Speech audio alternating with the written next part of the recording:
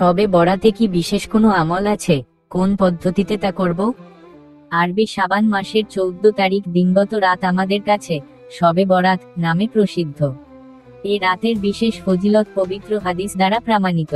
নবী করিম বলেছেন, আল্লাহ তাআলা অর্ধ শাবানের রাতে শবে বরাত সৃষ্টির প্রতি রহমতের দৃষ্টি দেন এবং মুশরিক ও বিদ্বেষ পোষণকারী ছাড়া আর সবাইকে ক্ষমা করে দেন।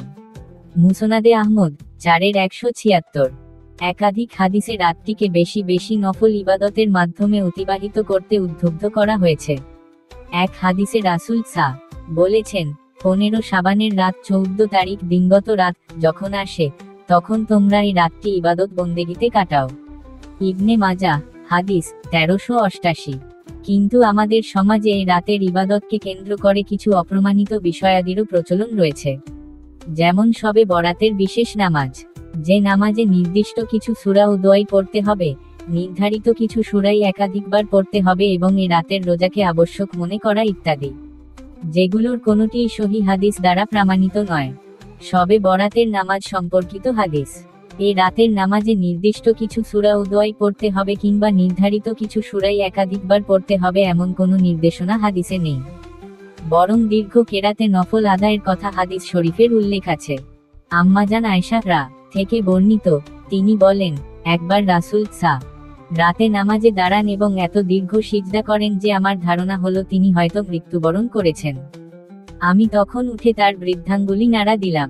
তার বৃদ্ধাঙ্গুলি নরল। যখন তিনি সিজদা থেকে উঠলেন এবং নামাজ শেষ করলেন তখন আমাকে লক্ষ্য করে বললেন, হে আয়েশা, তোমার কি এই আশঙ্কা হয়েছে যে আল্লাহর রাসূল তোমার হক নষ্ট করবেন? আমি জবাবে বললাম, না, হে আল্লাহর রাসূল, আপনার দীর্ঘ সিজদা থেকে আমার এই আশঙ্কা হয়েছিল, আপনি মৃত্যুবরণ করেছেন। নবীজি জিজ্ঞেস করলেন, তুমি কি জানো এটা কোন রাত? আমি বললাম, আল্লাহ ও তার রাসূল ভালো জানেন। রাসূল ইরশাদ করলেন, এটা হলো অর্ধ শাবানের রাত, শাবানের 14 তারিখের দিনগত রাত। আল্লাহ তাআলা অর্ধ শাবানের রাতে তার বান্দার প্রতি মনোযোগ দেন এবং ক্ষমা প্রার্থনাকারীদের ক্ষমা করেন এবং অনুগ্রহ প্রার্থীদের অনুগ্রহ করেন আর বিদ্বেষ পোষণকারীদের ছেড়ে দেন তাদের অবস্থায়। শুআবুল ঈমান হাদিস 3554। এই হাদিস দ্বারা প্রমাণিত হয় যে নফল নামাজে দীর্ঘ কিরাত পড়া এবং লম্বা সিজদা করা এই রাতের বিশেষ একটি আমল। শবে বরাতে রোজা রাখা। শবে বরাতে রোজা রাখার ব্যাপারেও নানা মত চালু আছে আমাদের সমাজে। এদিন রোজা রাখার হুকুম সম্পর্কে কাতার ইউনিভার্সিটির শরিয়াহ অনুষদের প্রধান শায়খ নুরুদ্দিন আল খাদেমি আল জাজিরাকে বলেছেন, এ দিনে রোজা পালন আবশ্যক মনে করা একটি ইখতিলাফপূর্ণ, বিতর্কিত বিষয়। তার মতে শবে বরাতের রোজাকে হয়তো আইয়ামে বীজের অন্তর্ভুক্ত নফল ইবাদত গণ্য করা উচিত। আইয়ামে বীজ হচ্ছে প্রতি চন্দ্র মাসের 13, 14 ও 15 তারিখে রোজা রাখা, যা সহিহ হাদিস দ্বারা প্রমাণিত, অথবা অন্যান্য দিনের রোজার মতো এটিকেও একটি সাধারণ নফল রোজাই মনে করা। একই সঙ্গে তিনি বলেন, রাসূল রমজানের প্রস্তুতি স্বরূপ শাবান মাসে বেশি বেশি রোজা রাখতেন। সেটির অনুসরণে কেউ শবে বরাতের রোজাকে শাবানের সুন্নাত রোজারও অন্তর্ভুক্ত করতে পারেন।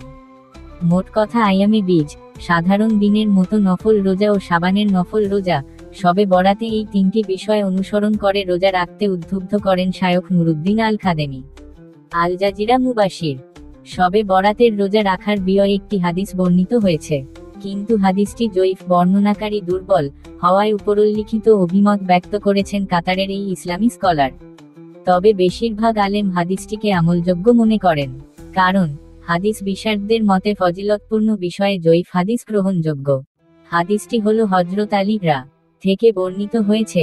রাসূল বলেছেন, 15 শাবানের রাত 14 তারিখ দিনগত রাত যখন আসে, তখন তোমরা এই রাতটি ইবাদত বন্দেগীতে কাটাও এবং দিনের বেলা রোজা রাখো। ইবনে মাজাহ হাদিস 1388। শবে বরাতে ক্ষমা প্রার্থনা। এই রাতের আরেকটি গুরুত্বপূর্ণ আমল হচ্ছে বেশি বেশি তাওবা ইস্তিগফার করা, কারণ বরকতময় এই রাতে আল্লাহ তাআলা প্রথম আকাশে নেমে বান্দাদের প্রতি রহমতের দৃষ্টি দেন, তাদের গুনাহ মাফ করেন।